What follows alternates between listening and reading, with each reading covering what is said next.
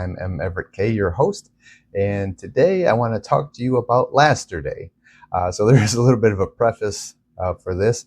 My ex-girlfriend's son, I think he was 5 at the time, um, got confused with yesterday and last week or last month, and he said Lasterday as he was talking, and I laughed. I thought that was such a great word.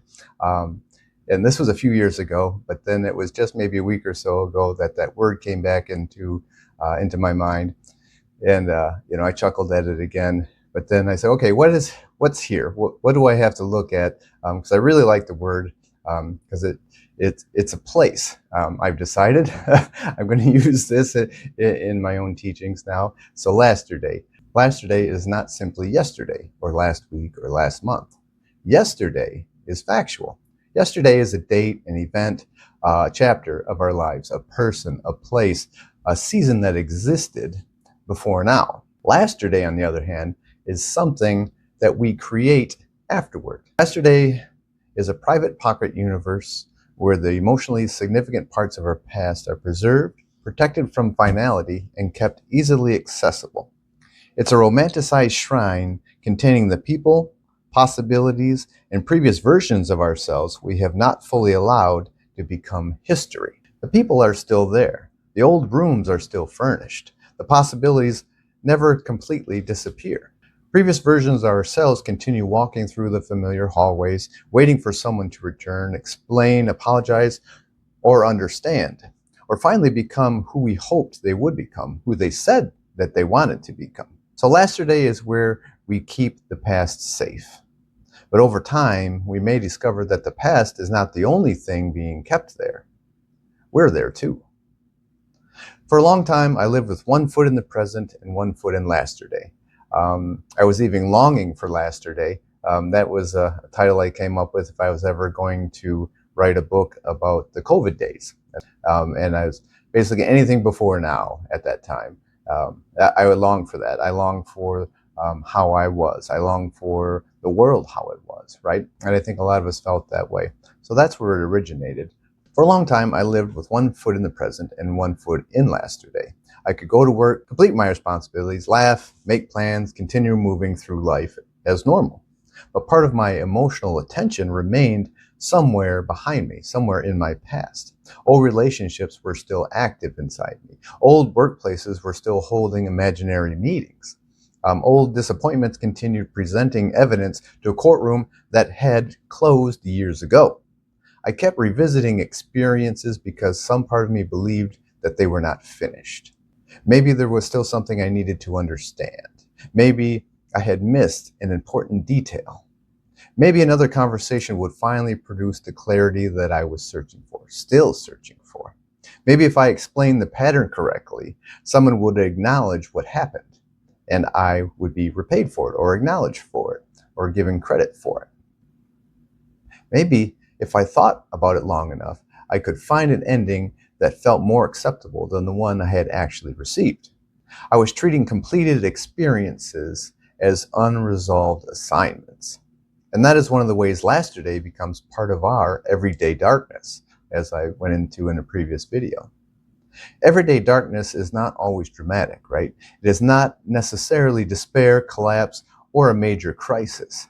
Sometimes it is just a low to mid-level emotional static that quietly follows us through ordinary life. It can feel like nostalgia, melancholy, flatness, restlessness, a vague sense that something important exists somewhere other than here. Like I'm missing something, that I had missed something, that I missed out on something.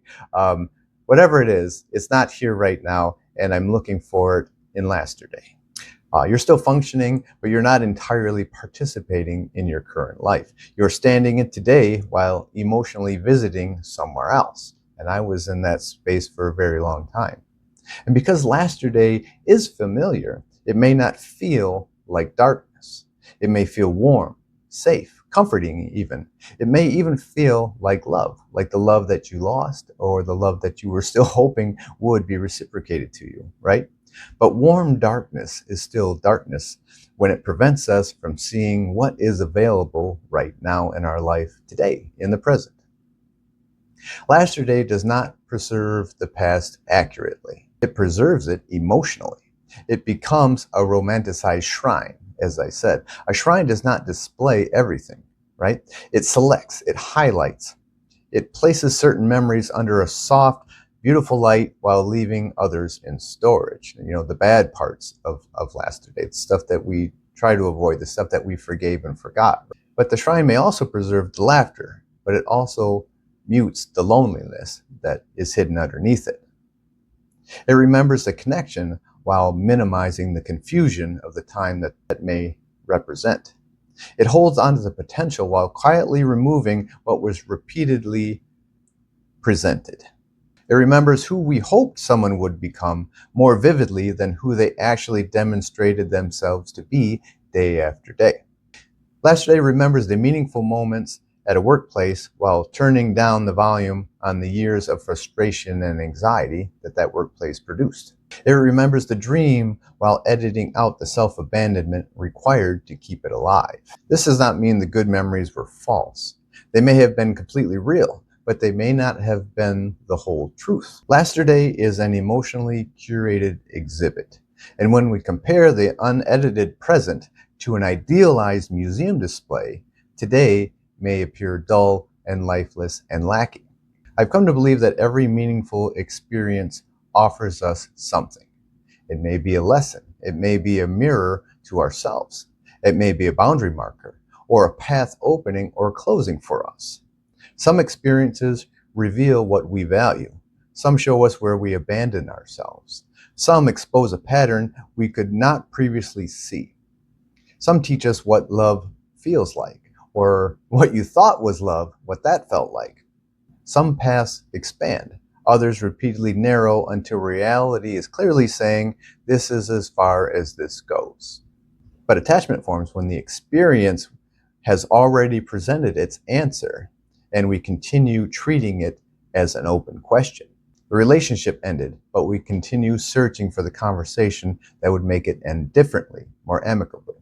Someone repeatedly crosses a boundary, but instead of treating their behavior as information, we turn it into a mystery we have to solve, even years later. A workplace reveals its limitations, but we keep searching for the perfect explanation that will finally make the system become fair, logical, or accountable.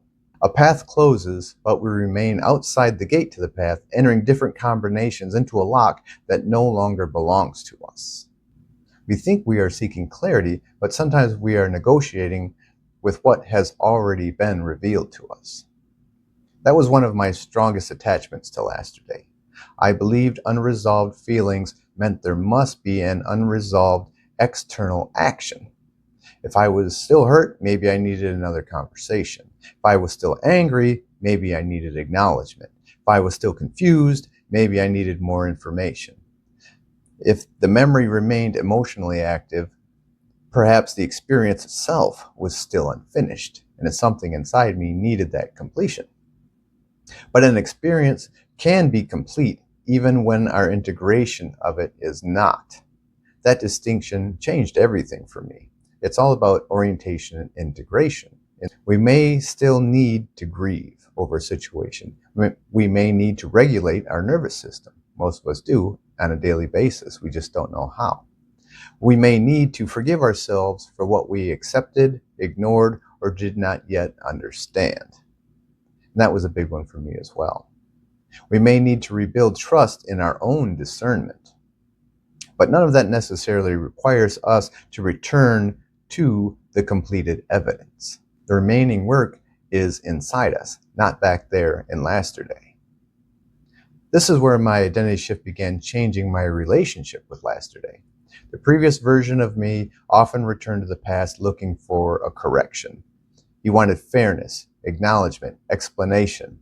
He wanted someone to recognize the pattern and admit the inconsistency and repair what had been damaged. He wanted the completed experience to produce a different answer than what I got. But my current identity does not need to destroy the past. I read it differently. I ask, what did this teach me?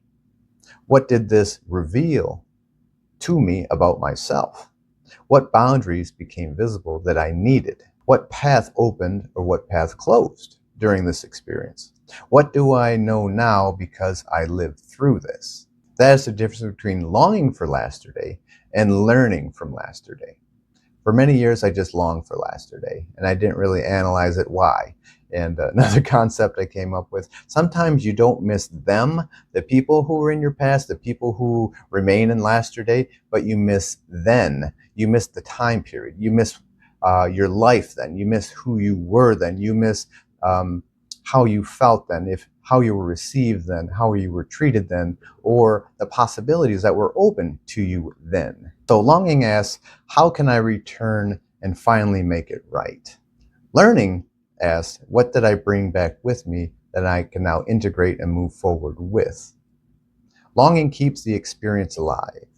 Learning lets the experience become integrated wisdom. Longing waits for the past to change, and it never does, believe me. Learning allows the past to change us for the better as we move forward. And this does not mean every painful experience was necessary, justified, or just secretly wonderful, because see, now you realize what you're supposed to learn. Wasn't that great that you got your heart broken all these times, or that you got fired from a job you really liked, etc., etc.? That's not what it's saying. We do not have to romanticize the harm in order to integrate what we learn from surviving it. We do not have to call betrayal a blessing. We do not need to pretend mistreatment was a spiritual gift basket personally delivered by the universe. Like, thank you very much. You don't see what I'm giving you now, but in a few years you will.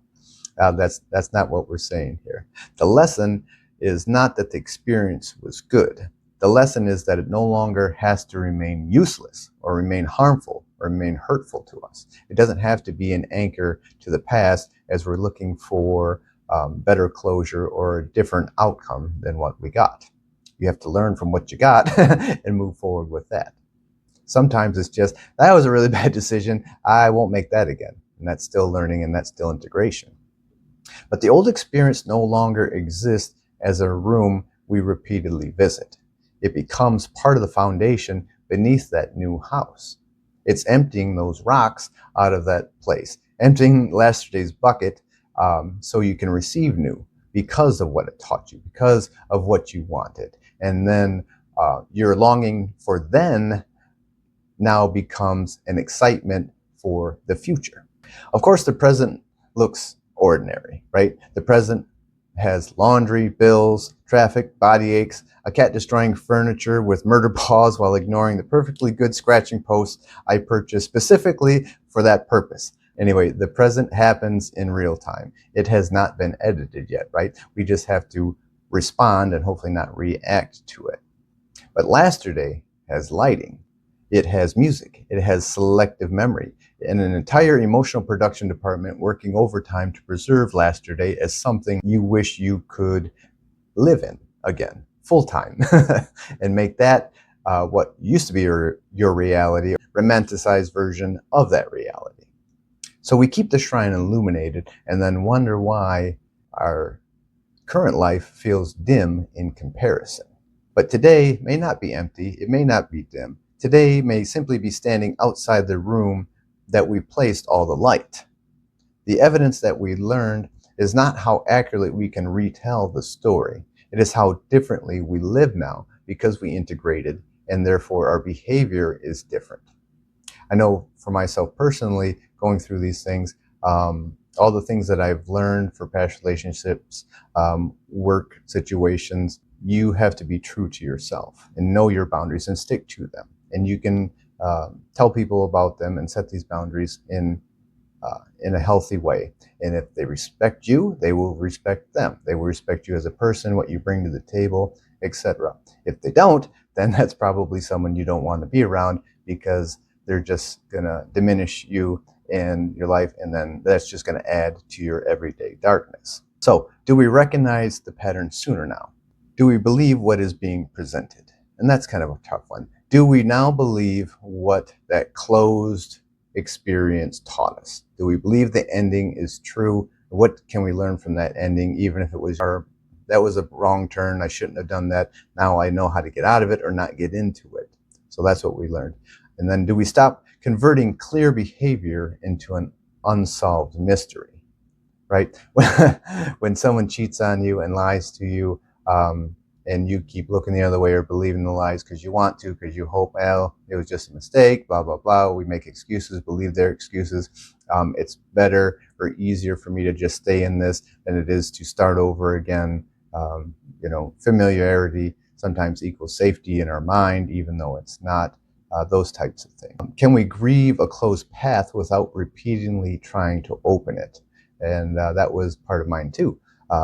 It's like something ended, you have to realize that it ended and it's not going back. And all the whys and what ifs won't change that. And that is a huge energy drain. And you're definitely stuck in Lasterday now. Now you have 2 feet in Lasterday. You're not even in the present anymore, or at least you may be at work or you're around people, but when you're alone, you're definitely in Lasterday. And that keeps you stuck in Lasterday, and therefore you cannot move forward in today and into your future because of it. Can we let an experience be complete even though it did not end the way we wanted? And that folds right back into the previous one, right? So when something ends, we have to name that wobble as this ended, and now what do we take for it? I'm not saying you can't grieve. You're going to grieve. You have to grieve. But don't let grief become your operating system. Don't let grief become your overwhelming everyday darkness. I don't say get over it, because that's easier said than done, and that's a hard thing to do. And just getting over it is kind of vague. You have to integrate what it taught you, what it learned, and in my case, thank you, thank my past, thank Lasterday for giving me this experience, for things that lasted good as long as they did, even though I probably pushed through when it turned sour, when it turned bad, kept going, and that was my fault. So there's another thing I learned as well, from Lasterday. But we need to allow reality to be the answer. Quit looking for another way in, another way back. Learn from it and move forward. Quit living in that, because just turning it around is just a waste of energy, and it keeps you in Lasterday. And Lasterday will keep you from moving forward. So then what happens? You got to choose the next true move from there so you can move forward once you accept that. So the evidence that we learned is not how accurately we can retell the story. It is how differently we live now. Do we recognize the pattern sooner? Do we believe what is being presented to us now in reality? Do we stop converting clear behavior into an unsolved mystery? Can we honor a good memory without using it to overrule the entire experience? Can we grieve a closed path without repeatedly trying to reopen it? Can we let an experience be complete even though it did not end the way we wanted? And that may be one of the hardest forms of personal sovereignty, allowing reality to be the answer that we accept, learn from, and move forward with. It's not the answer we hoped for. It's not the answer we thought we deserved. It's the answer that was actually presented to us. And then choosing our next true move from there. So the practice would be, the next time you notice yourself entering Lasterday, do not fight the memory and do not shame yourself for returning. Work the floor ladder. Name the wobble. Recognize where you are. I have entered the pocket universe again. I am standing inside the shrine and looking fondly over the relics that are there. So then create the pause. Stop before you resume the old scene. Stop before you start romanticizing and reliving some of those old good times. Give yourself a breath before you step further into Lasterday. Then define your objective. Ask, am I remembering this experience, or am I trying to resume it? Is there truly something left for me to do here to learn from this, or am I treating a completed experience as an unresolved question? And then choose an extra move. Identify what the experience actually gave you. A lesson, a mirror, a boundary, a path that it was opening or closing. Retrieve that. Bring it with you.